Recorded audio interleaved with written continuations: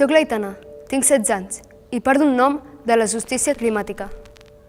A Barcelona, el 90% de la població respira aire considerat tòxic per l'OMS i 3.500 morts prematures estan relacionades amb la contaminació. Soy Lola, tengo 19 años y hablo en nombre de la justicia climática. Nuestros análisis de orina muestran restos de plástico. Los vertidos están haciendo de la atmósfera y el mar un basurero.